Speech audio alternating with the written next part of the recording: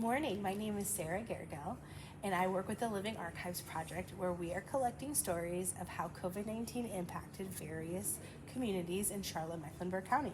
Today is April 4th, 2023, and this week there were 63 reported cases of COVID-19 in Charlotte-Mecklenburg County, which actually shows a 1% decrease over the last 2 weeks. Therefore, each subject is comfortable in not wearing a mask. Marcia, would you introduce yourself? Hi, I'm Marcia Kephart. I just turned 60 in December. I am female, about 5'5", medium length, I guess, or shoulder length, red hair, because it's dyed hair color. Okay.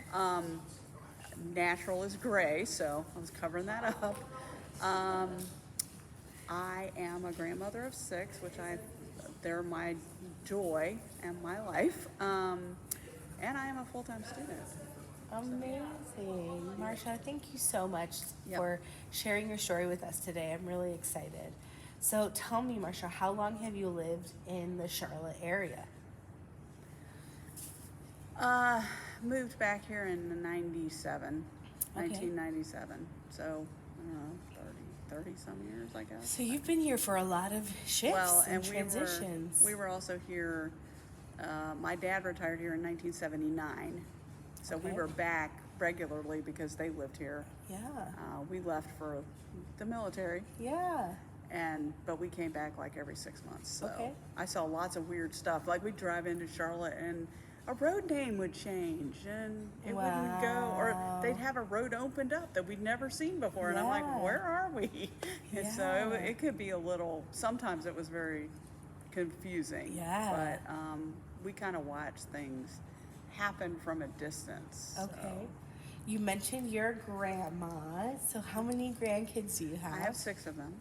6 grandkids. That's amazing. And they range in age from Okay. 2 to 2 is the 20. youngest to 20 is the old. Marcia, wow. That's amazing. And they have a little range in between. Yeah. They're 2, 4, wait a second, 2, 4, and 12. That's Okay. my son's kids. And then my daughter's kids are 9, 14, and 20. Awesome. I Yeah. love that. So, Marcia, together before the interview, we did an activity called a hand map together. yes. Is there anything from your hand map that you would like to share with us? Yeah, okay, so COVID impacted a lot of people in a lot of ways.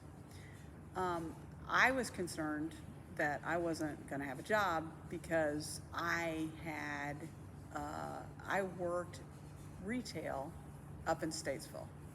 And it's an outlet for, but I run a quilt shop. That's the part that's different. I run a quilt shop, okay, which I don't do anymore. I no longer have that job, but it's fine. This is transition time for me, so it was the right time. And I was actually going into work on Monday, whatever day that was in April, and I was going to tell my boss, you're going to have to lay me off because I can't afford to drive up here for 20 hours a week. I just can't. It's not worth it to me for the wear and tear on my car and all that. And he came to me and he said, oh, by the way, we were talking and we decided you could come in at 9 and quilt for people because that was part of the job I had. I would do long arm quilting services. For the month and a half between April and like middle of May, nothing happened. It was so bad in there. Nothing happened. I had, so the day after I had that conversation with my boss, we're all ready to come in early and do some quilting and, maybe sell some fabric or whatever. The owner of the company, which is a manufacturing plant, brought us 1/4-inch elastic, soft 1/4-inch elastic. It's the elastic they use to make mattress pads. It was perfect for masks. And then we had a bunch of clearance fabric. So we put it on Facebook, advertised it. We were the only place in North and South Carolina that had elastic.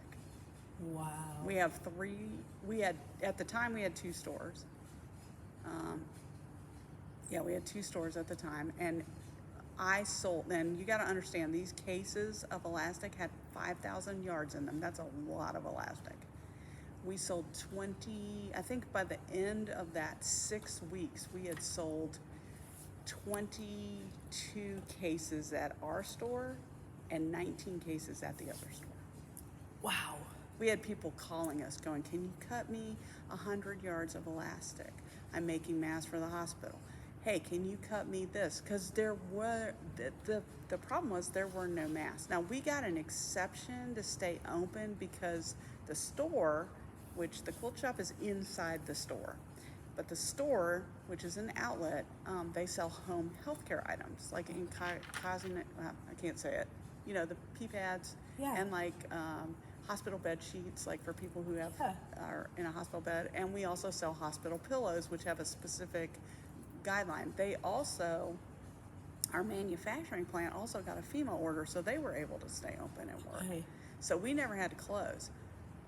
But yeah, it was crazy. I couldn't even cut fabric in the shop because so many people were walking through. We had, you know, we had the whole little walk this way, make sure you do this. They were bringing fabric up to the front counter, and I was cutting yards and yards and yards and yards of fabric for people so they could make masks for people.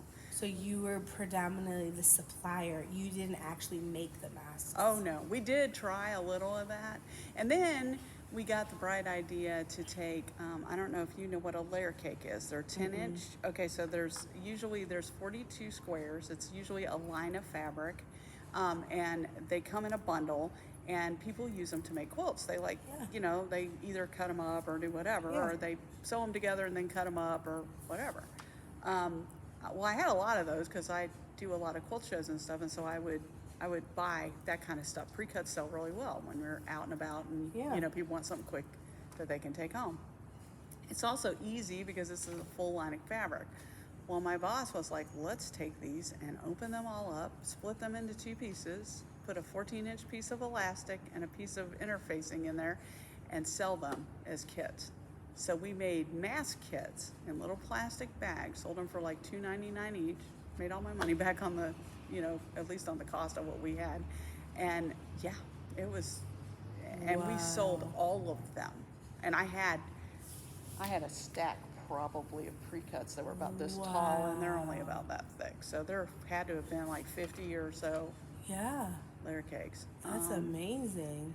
All the small novelty prints sold. You know, everybody wanted fun masks for whatever. Kids weren't in school, but there were people that were still having to go out for things, and so they wanted fun masks. So they had, you know, I sold like, I had cat fabric that had little cats on it. I sold, and then I made myself masks. Like I made masks out of some of the fabric from the store, and every time I wore a mask, I always sold all that fabric because everybody was like, oh, I love that. Oh, it's in the shop.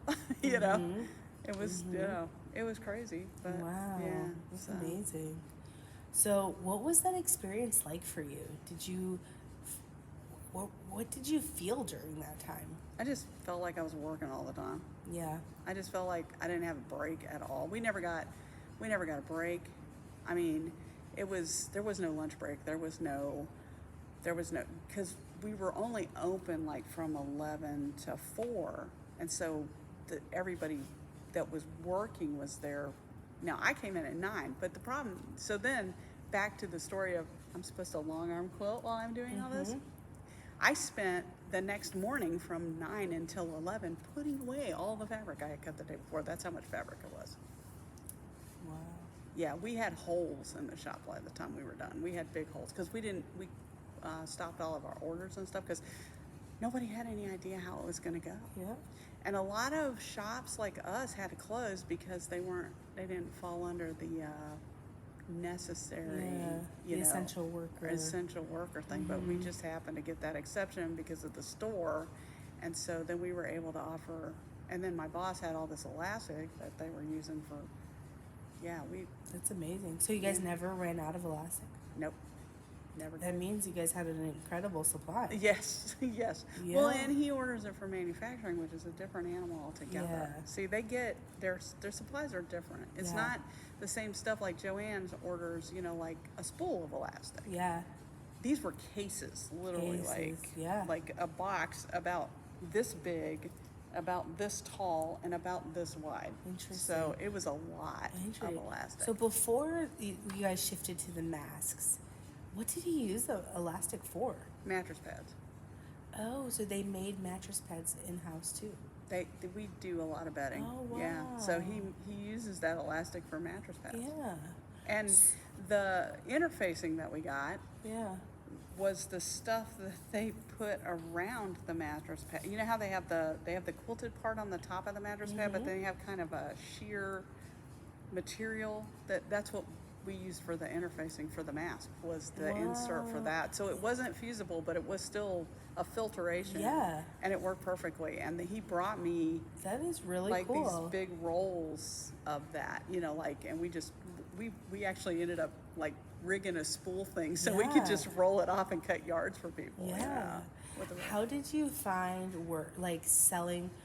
selling those kits and selling the elastic and selling the supplies you sold during the height of the pandemic? How did you find people were responding? Was it very similar to what was before, or did it shift?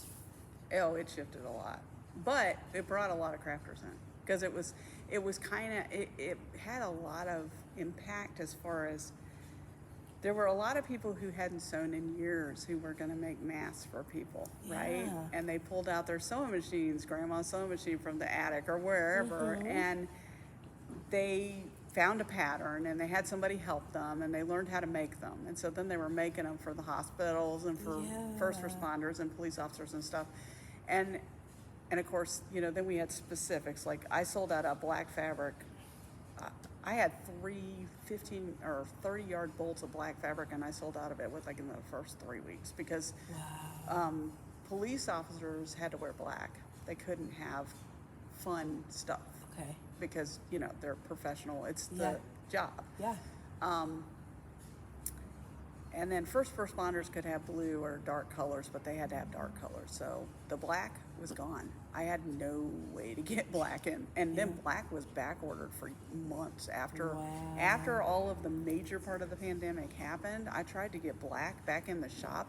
It took almost 6 months just to get a bolt of black fabric. Wow. Because it was so in demand that they couldn't keep up with the demand. Plus they were having supply chain issues because a lot of the fabric, let me rephrase that, all of the fabric is manufactured overseas.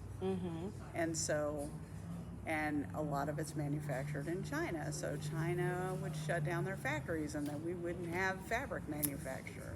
Wow. Now, that's crazy. My favorite brand, which is Moda Fabrics, they manufacture in Japan, which is different, but they still had supply chain issues because they couldn't import stuff or it gets stuck on a dock or it'd be on a boat in the middle of the ocean somewhere, and they'd be locked down because, everybody on the ship got COVID and they'd have to wait until everybody got better. And it was so much nightmare for just getting stuff. Yeah, I can imagine. It's just now, I would say probably in the last 6 or 7 months, finally gotten caught back up as far as stuff being delayed. It wasn't necessarily as backed up as it had been. I could still get black fabric. It just may take a little longer than the normal 2 weeks, you know. But now it's kind of finally, I think, leveled out pretty good. So. And how long do you think it lasted supplying those kits and supplying elastic and fabric for masks? I would say the biggest portion of it, the majority of it, was about 6 weeks. Okay. It was like the full month of April and then like half of May. And then it kind of cooled down. It started to peter out a lot. Okay. I still had people buying it for masks, but it wasn't like just insane like it had been. It was like, I would have people bring me 6, 7 bolts of fabric in a basket, and then they're like, I need 3 yards of each of these, or I need a yard of each of these, and I would just cut, and then they would ring them up, and then I'd be like, do you need elastic? We've got these 10-yard bundles. You want one of these? You want a 20-yard bundle?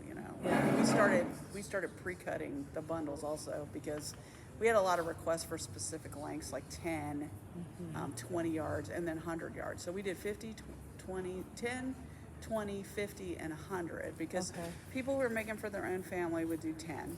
People who are making for maybe their neighbors and some other people would want 20. Okay. And then people who were making for groups would want 50, and then anybody who was doing them, they would buy 100 yards. Okay. So cool. So, yeah. I had somebody try to offer to buy a whole case, and then she found out how much it was going to cost her, and she decided not to do that. I bet. They didn't realize how much it was going to cost, because we were only charging 50 cents a yard, which that was cost. We weren't going above cost for that. Really? Yeah, so Wow. yeah, it gets kind of pricey. So. Yeah, I can imagine. So, you worked at that job pretty much throughout the entire pandemic. Yep. Is that correct? Mm-hmm. And then you transitioned at some point. How was that like? What was your transition like, and what kind of made you make that decision? It just slowed down. Mm-hmm. It just slowed down. It just happened. We didn't really have a plan particularly. I mean, I will say that that business, each store, which is a lot, each store has 2 tent sales every year. Okay. And right when it started to cool off some, we got permission to have our tent sale because it's open. It's kind of an open venue. We open like the garage doors of the building. People walk through and get in line, but we had, social distance spacing, which nobody listened to, nobody cared. They told me to calm down twice, and I was just like done with the whole thing. We were told we did not have to work if we didn't want to because it was a risky proposition, but I also know the job that I had, which is directing traffic, which is sort of like herding cats sometimes, because it's people, and some of them don't listen. Grown women and men don't listen, but whatever, I was far enough away from them, so I had the 6-foot distance the whole time, and I didn't really have to deal with just, I was like, you need to stay behind this line because, we have people. We had to have a path for people to get through and stuff because we have different stuff in the front of the store, and stuff like that. Sense. Nobody could cut in line, trying to keep people from cutting in line, which is ridiculous. Blocked off areas, and they still move stuff out of the way to get through. And I'm like, why are you doing that? Yeah. Did you find people? Did you have to put social distancing protocol when people would shop or any of that? Yeah. And did you find that people responded okay to that? Some of them did. Yeah. But then, I'm going to be honest, they're the anti-vaxxers, which absolutely piss me off to no end because I think it's ridiculous that you're afraid of a shot that's going to help you get through this particular virus in a better way physically. Like, you're not going to die, The risk is much higher if you're not vaccinated for serious illness. And the people that refuse to wear masks just refused. Oh, I can't breathe. What? Well, Really? That's interesting. So people were buying supplies for masks, but they refused to wear masks? No. This was when it started to slow down. Okay. Yeah, the people, most everybody during the most part of the surge of all the customers and stuff, they were very conscientious about stuff, and they were really good about that social distance. It was when it started to peter off. People just kind of got this whole attitude like, well, it's not going to affect me, blah blah blah, and then you hear 6 days later that they got COVID, and you're like, well, it's because you weren't paying attention to your health things or whatever, So you mentioned to me that you started education. Yes. So can you tell me about that decision? What's that like? So I worked for J.S. Linen and Curtain Outlet managing the quilt shop for almost 6 years. Wow. It would have been 6 years, like the middle of May. Okay. Wow. And last Friday was my last day. Yes.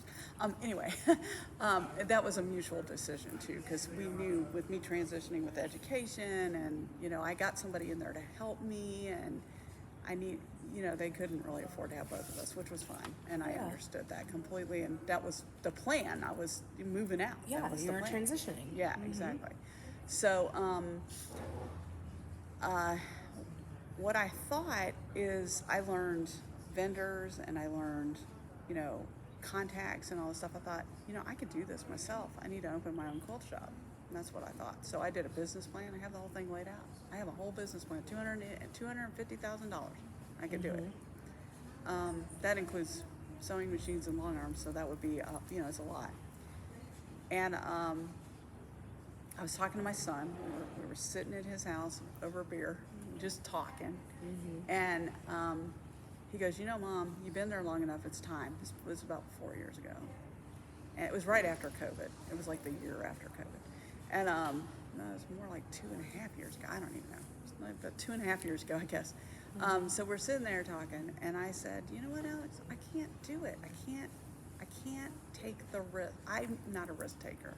And to me, opening a business like that, you're taking a risk, and you're investing like your life into it. Yeah. And the other thing is you have to work a lot of hours. Yeah. And sometimes it's a long time before you can hire people to help you and all that stuff. So I was kind of like, I don't really know if I want to do that. I mean, I love what I do, but I don't know if I want to do that. And he said, Mom, why don't you go back to school? He said, you've always wanted to be an accountant. Go back to school. And when he said that to me, it was like, ding, light bulb, And I went, oh yeah, that's a good idea. So, and that was in April. So for the first couple months of summer, like April, May, I started doing all the, I went back to CP and said, what do I got to do to enroll? Yeah. Looked up the program and all that. Knew they had a great program. Central Piedmont's always been my favorite school, so it's okay. I've been there before. When I signed up and stuff, I found out I didn't have to do a lot of the things that I had to do in 2007, which made me really happy because, you have to do all the prerequisite stuff and everything. And they gave me supplemental classes to help me with those things, They counted my English, which was great. So I took my preliminary, which was math and English. And then I started the accounting program in the fall, and 2 years later, after taking 3 classes last summer and almost losing my mind because they're 8-week classes, and I took microeconomics, which was the hardest class, and I got a B, which, I still don't understand how I got a B in that class, but That's amazing. yeah, so I don't know. I focus on study. I focus on, I Yeah. set up my study space, and I've taken all the stupid classes, like, all the electives and all the, like required. There's this one called College Transfer Success, which is like basically helping you to figure out what you want to do when you grow up kind of thing. And it's mostly it is for college students. But it was a little difficult because some of the students were really young, and some of the comments on the message boards were really immature, and I had a really hard time I had to bite my tongue a lot and just not answer. Or think up something nice to say that wasn't like, it's called self-control, dude. It's called, that's what one of them I wanted to say, but a lot of that comes with maturity and life, so. Yeah. That's amazing. But then when I moved more into the accounting classes, the students have gotten older, so they have a little bit. Some of the classes I'm taking, like right now I'm taking this class called Audit and Insurance Services. Some of the students in that class are actually working on credits for their CPA exam. Okay. So they're not necessarily still students in the, because we have classes that you can take for the CPEs that you need for for the CPA exam once they get their degree and stuff. And So do you find, what was your transition like going back to school, getting your CPA accounting degree? Not CPA.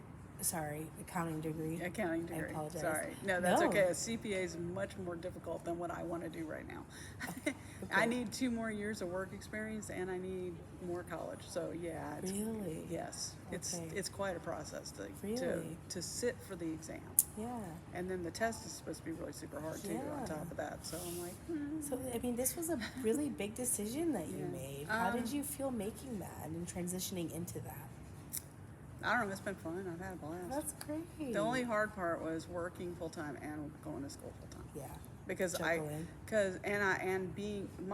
biggest problem for me is 77. north because I drive home from Statesville every day. And I drive through Mooresville. So I hit all that rush hour traffic with all those people. And then in the summertime, people slow down because they can see the lake. It's like pull off and go to the lake if you really want to go to the lake. Quit slowing down to Google or Oogle. I saw a guy in front of me literally turn his head like this one time. And I was just like, dude, you're not even watching the traffic in front of you. You're an accident waiting to happen. That was the other thing I did is I subscribed to Audible. It saved my life and other people's probably. Little road rage thing going on sometimes. Yeah. Get frustrated with people that are like, okay. I love to listen to podcasts too as I drive. It just helps. Yeah. So in the last 2-3 years, how have you been impacted personally? You know, you talk about your work and how overwhelming that was, and you talk about your decision to go back to school. How was it for you with family life? How was it being a grandma and a mom and all of that? So my mom is 86. I wouldn't let her leave the house. I go see her once a week. My brother and I moved her into an independent living facility a year ago, so she's, doing well, but she's not at her house anymore. We still are working on that too, that's another nightmare that we have to deal with. It's whatever. My son and daughter-in-law had a baby during that period of time, and I went for 2 weeks to stay with them, and because I had been working, I had to get a COVID test before I was able to hang out with them. So they had a clinic near their house, so I went and got my test, and then I waited in the guest bedroom for an hour till they got my test results for the quick COVID test, and it came back negative because I didn't get exposed. I've been able to stay unexposed. My brother and his wife have had COVID twice, so knock on wood, I got sick this last year, but it was not COVID. I got that nasty virus that was going around with the cough, and that was miserable. But I've been thankful that I have not. That's awesome. But I've also been careful. Yeah. And I'm not wearing a mask now, but I did for a long time. Yeah. I wouldn't take it off for a long time. Yeah. Everybody else was like not wearing them, and I'm like, no, I'm still wearing my mask. I don't trust these people. But so, to respect your time and honor you, I'm going to just follow up with one last question. Do you have any additional stories or an experience that you would like to share with us before we finish? No, I think I've covered my whole life, really. Awesome. Well, Marcia, thank you so much for your time and for sharing your story. We really appreciate it. Okay.